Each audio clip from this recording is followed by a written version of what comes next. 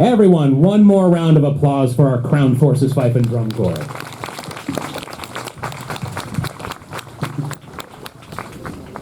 These kinds of events really wouldn't be possible without the helpful assistance of all of our volunteers, and if you've been here with us throughout the weekend, you've been seeing that in action consistently. However, if you haven't been here throughout the weekend, I'll give you a little bit of ground cover for what we're going to be reenacting today and the action we're going to be seeing. Because we've had a few battles this weekend and a lot of drama. So to set the scene, where we are now is the summer of 1814. The War of 1812 has been dragging on for 2 whole years, and at this point, both sides are looking for an end to the conflict. Because of that, and because of Napoleon's surrender over in Europe, they are beginning to negotiate in Belgium. Those negotiations mean that both sides are plotting their own military campaigns to take territory to strengthen their bargaining hand. With that, in July of 1814, the U.S. Army crosses the river from Buffalo and captures Little Fort Erie with a garrison of nary more than 150 men. They then move north of the fort and fight 2 pitched battles at Chippewa and Lundy's Lane in modern Niagara Falls with the British Army and their allies before falling back to the fort itself. Now, the fighting at the fort was prolonged. It lasted for over 6 weeks in the area and led to massive casualties and prolonged suffering. However, even though one of the more famous and pitched events of the battle was the night assault on August 15th, which you may have seen last night if you came around for it, afterwards there were weeks of continued fighting, much of which was small scale and was not intended to take territory. We can see here to that effect that we have infantry, particularly the Canadian volunteers, making their way out onto the field to engage their British counterparts. Now, this part of the battle is often how it began. The 2 large forces in those big shoulder-to-shoulder lines, you found them eventually fighting each other, but they often prefaced it with light infantry tactics. These men out here are spaced out. That's to make them a harder target for concentrated musket fire and to make them more annoying to dislodge. They'll often fire either in volleys or in single numbers to keep a constant pressure on the enemy to either force them to give ground or to advance where they're less advantageous.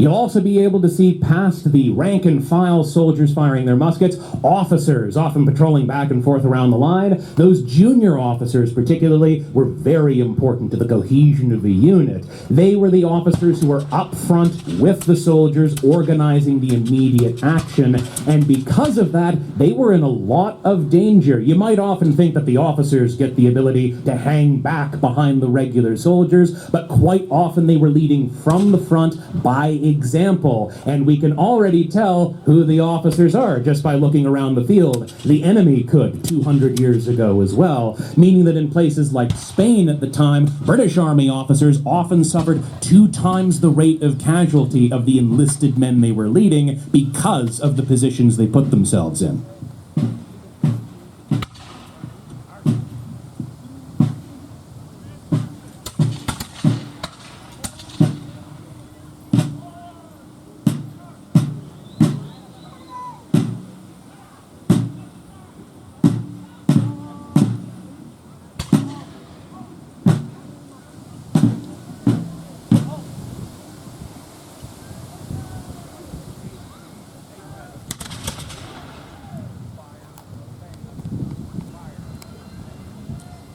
As the skirmishing continues, then we can see that the U.S. Army regulars, their British counterparts in the artillery, have set up on the field to begin fighting. You see that they did not advance in long stretched out lines like the light infantry. They advanced in column. This allows them to move quickly and efficiently while also avoiding obstacles on the terrain before quickly spacing themselves out into a firing line. This was a very important part of the drill and training provided by these units to make sure they could do it quickly, under fire, without issues and limited instructions.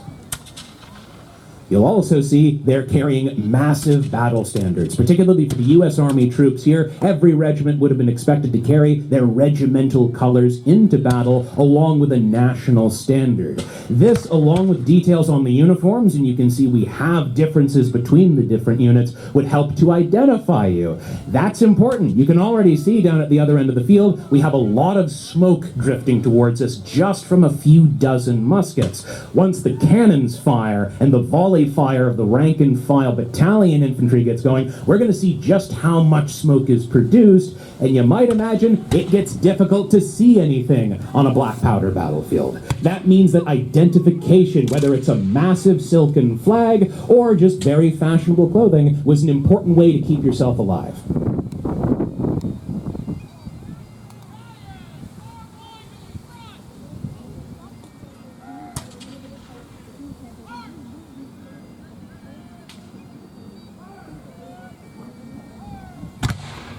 I'll also let folks know as well that the battle is taking place on the southerly edge of the field right now. In a few minutes, it will begin to move back and forth, ending up a little bit closer to the fort. Feel free to move as you see fit, but if you'd rather not move right now, the battle will come to you.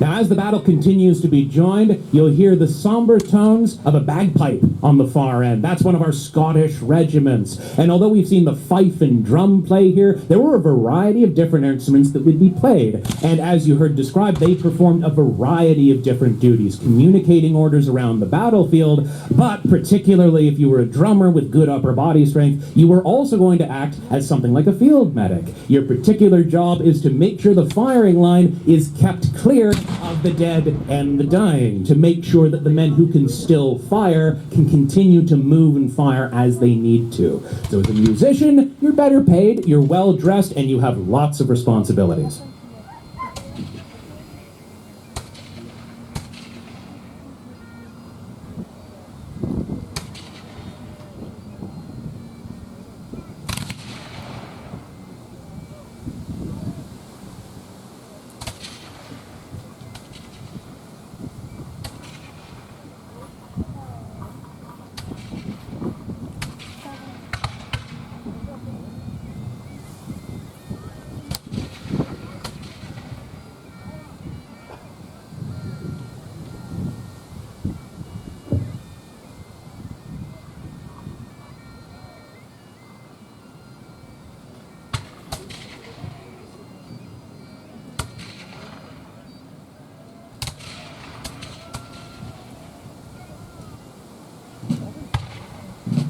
We can now see the U.S. line moving up in force. And while this was not the day-to-day activity of much of the fighting during the siege, during the course of late August and early September, the U.S. Army did organize a number of larger scale raids. And we can see here they are pushing their advantage, because as the siege continued, the British Army dug in deep and built their cannon positions closer and closer to the walls. This progressively alarmed American commanders, who knew that the large guns, 18 and 24 pound, could actually devastate the American defenses if they were well positioned enough. So both on the 4th and the 16th of September, two large-scale raids, including around 2,000 soldiers, attacked the British gun positions to varying success.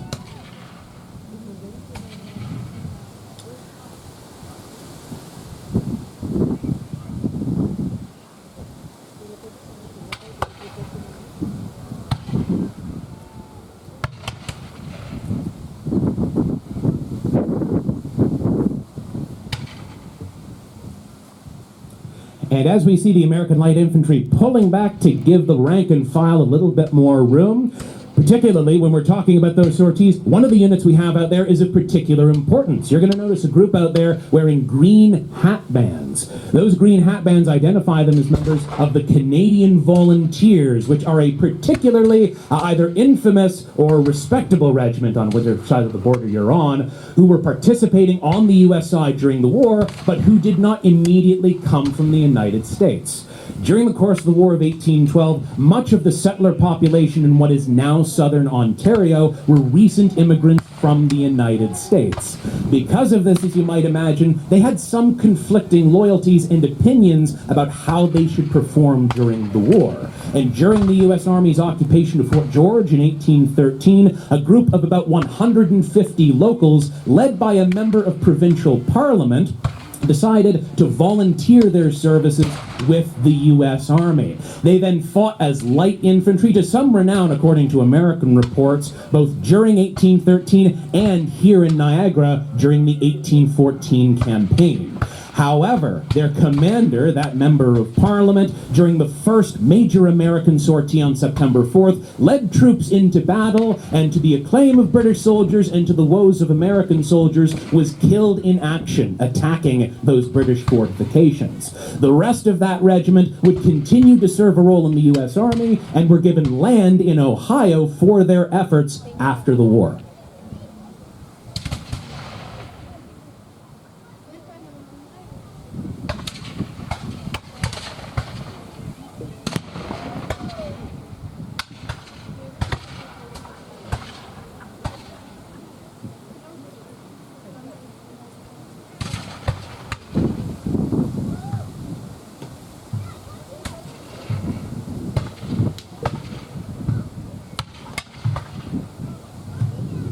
And you now may be able to hear the deep bass tones of a drum marching the British line out into formation. At this point, the American Light Infantry and their allies have taken command of the British guns, with American artillery backing them up, as we can hear there, and the British regulars are very intent to recapture those positions. This most closely represents the second major American sortie during September, on the 16th. This sortie saw the American Army capture half of the British gun positions, but the British gun positions were later retaken after hours of fighting. And whereas we are representing this battle on open ground for both the safety and security of our volunteers and for your viewing pleasure, much of the fighting around those gun positions was done in very dense underbrush, what one British officer described as an ancient woodland. That meant that there often wasn't long lines of sight and limited communication, meaning that as the British soldiers in their nice ranks and file pushed into that dense woodland to dislodge the American occupiers, they found themselves breaking up into small groups, fighting piecemeal battles with limited support, sometimes none, from adjoining units. Nevertheless, they pushed hard, and over the course of a number of hours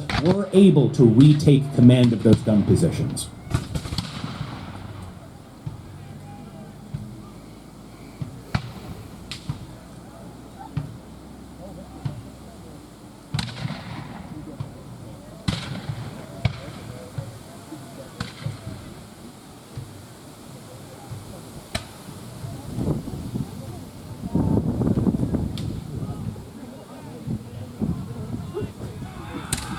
There you go.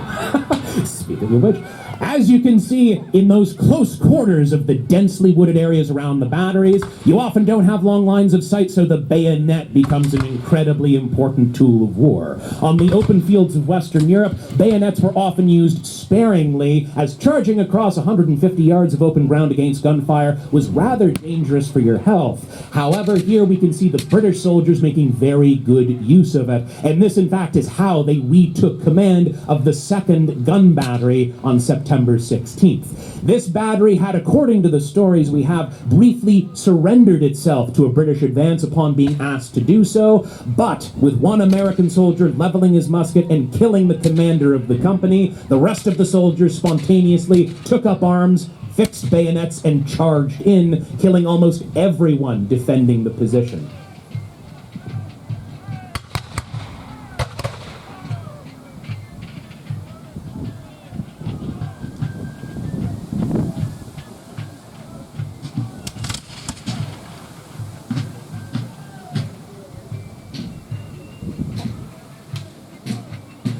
At this point, we also see that the line battle has properly begun. British redcoats, American bluecoats, grey coats, green coats, and brown coats out here exchanging gunfire, standing up on open ground less than 50 yards away from one another. That may seem dangerous, and the distance certainly would be, but this was also a very intentional and long-standing tactical decision. This does make you a very obvious target, which is why you may see some of our light infantry choosing to kneel down to make themselves smaller. However, muskets are rather awkward to use. They're about 12 pounds in weight. You load them from the back and from the front, and when you get close to the ground, they become very cumbersome to use. If you're at a distance, or if you have cover, or you're behind a wall, you might be safe to do that, but on open ground with nothing stopping enemy soldiers or their bullets from reaching you, the most important defensive mechanisms you have are to move quickly and shoot quickly. And unfortunately, your officers know standing up is the best way to do that, meaning they're going to ask you to put yourself on the line for your country.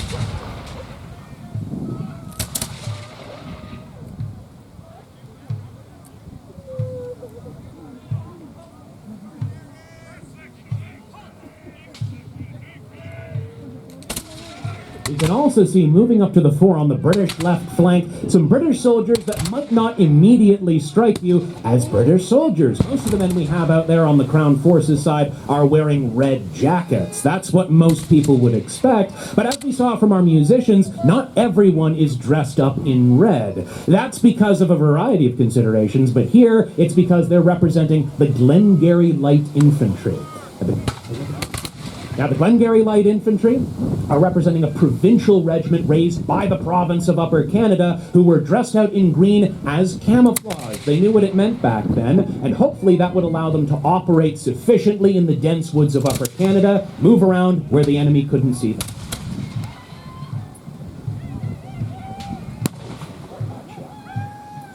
I'd also like to make a little shout out as well while the battle is moving to and fro, that on both sides of the line we have a number of members of staff with odd looking plastic buckets making their way back and forth that say support the fort. We are very happy to have the support of so many volunteers out here today, but events like this are both expensive to operate and time consuming, and we are funded mainly by the public dollar. That means of course that we are very helpful or thankful to have you folks out here with us today, and any amount of money that you can afford to donate to us will go a long way.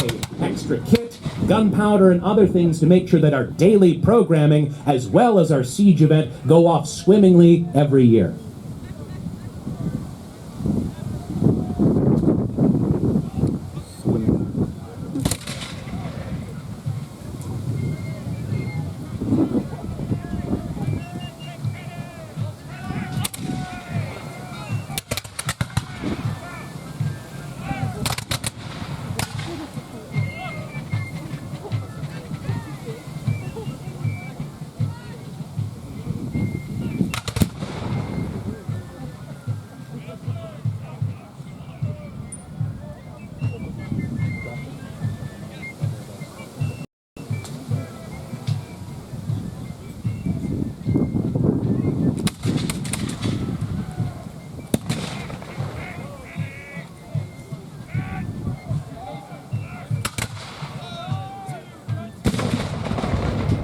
As you folks have probably been hearing throughout our demonstration today, we have our cannons on the grounds. First and foremost, I'd like to let you know those are largely undersized charges for what you would have historically seen, so both the movement and sound of these cannons really should impress, and that's part of the reason why they were known as the king of the battlefield in the 19th century.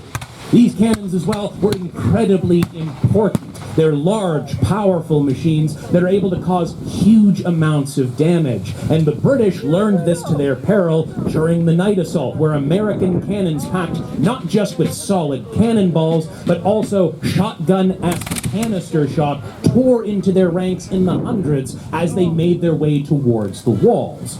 We also find that as the sorties against the British guns petered out in both cases, the British defenders trying to approach their American attackers were kept at safe distance from the walls by supporting artillery fire. Those cannons were quite threatening, and anywhere they were purposely set up was often somewhere you did not want to march in the open. However, one of the strategies employed by the artillery at the time and engineers was to make sure that the infantry had to move somewhere where the cannons could see them for best effect. I think your mom had a light phone.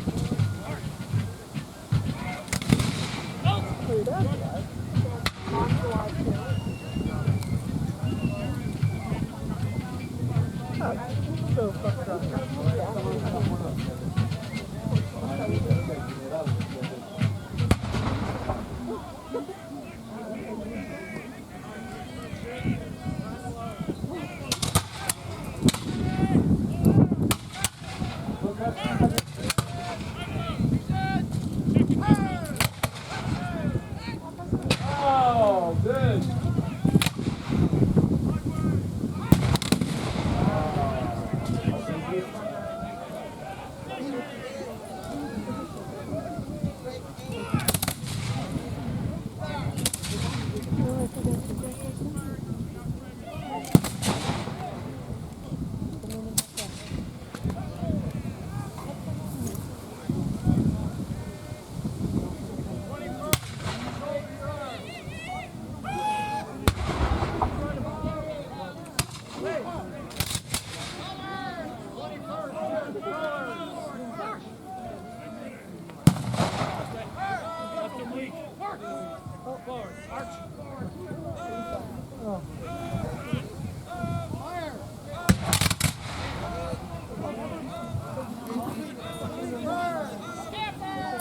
You'll also notice here that as our red and green coats advance in those nice clean lines, that settler and British soldiers were not the only ones we found on the battlefields of 1814. You'll also notice our indigenous warriors on the field. They proved invaluable allies for both the British and American militaries, fighting for their own territorial independence, as well as to make sure that the armies of these belligerent powers did not cross into their territory too frequently. In 1814, this also led to internal troubles within the Haudenosaunee, the Six Nations Confederacy, as warriors from the Confederacy served on both sides of the conflict, fighting alongside the Redcoats and the Bluecoats.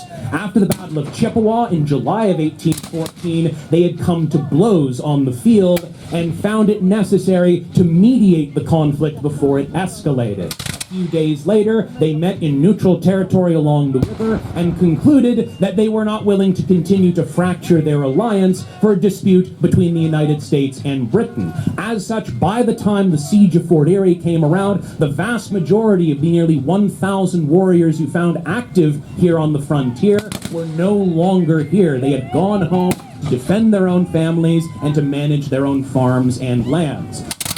A handful of warriors continued to stay here, both from the Haudenosaunee and the Western Confederacy, famously led in part by Tecumseh, out in the modern-day Ohio River Valley and Michigan. And they continued to fight as scouts, skirmishers, and generally as warriors here on the grounds.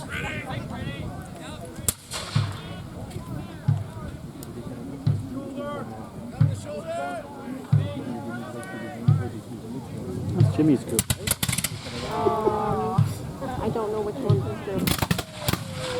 don't think so. I don't recognize anybody in the group.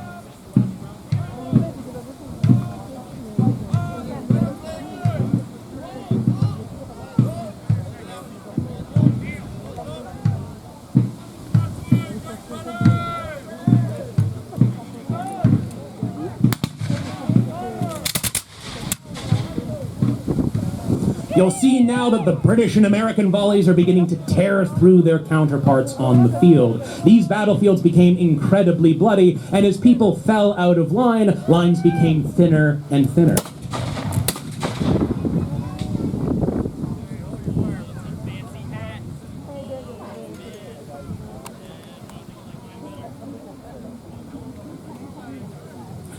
As the fighting concluded at Fort Erie by the end of September, the U.S. Army found itself necessitated to eventually retreat from the fort. The British had been very active in the United States, and they decided that now was the time to make formal peace. That meant that by the 24th of December 1814, a treaty had been signed, which effectively returned the border to where it had been before and made sure that the fighting would not continue. The fort itself, then, was largely destroyed at the end of the war, meaning that much of what we currently have on the grounds is a reconstruction. But if you make your way through the fort today, you will find that much of it is still original, and we can explain the details if you take one of our tours.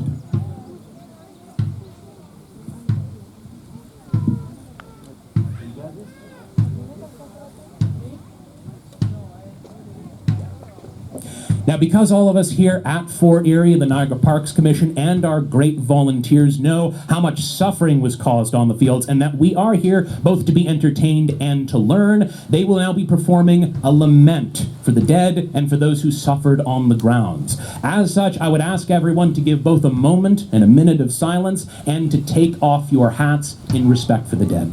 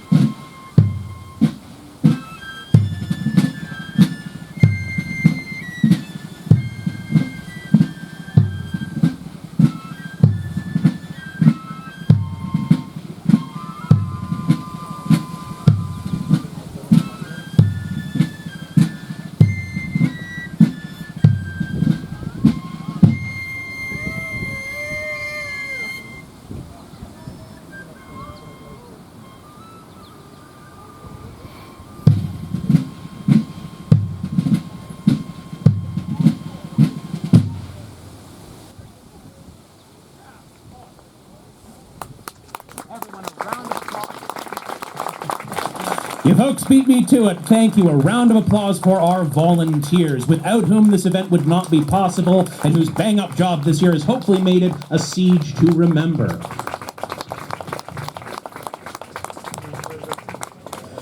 Now, everyone, I hope we've really enjoyed ourselves out here today. This is the last pitched battle we will be having on the grounds this year. Thank you very much for coming out, and I hope to see you again next year at our next annual Siege event.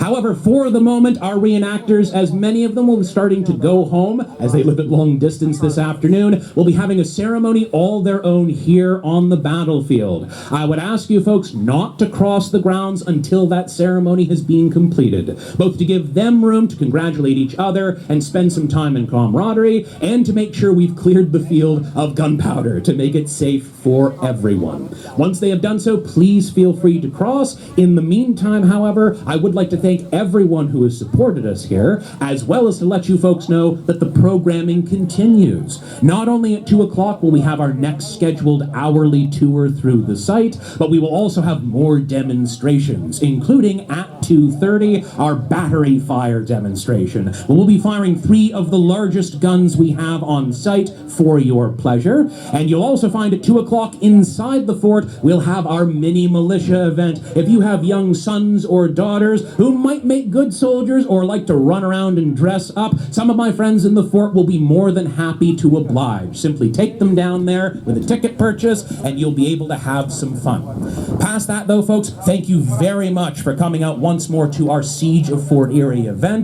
I hope it's been a beautiful weekend for you as it has been for us, and I hope you have a wonderful Sunday.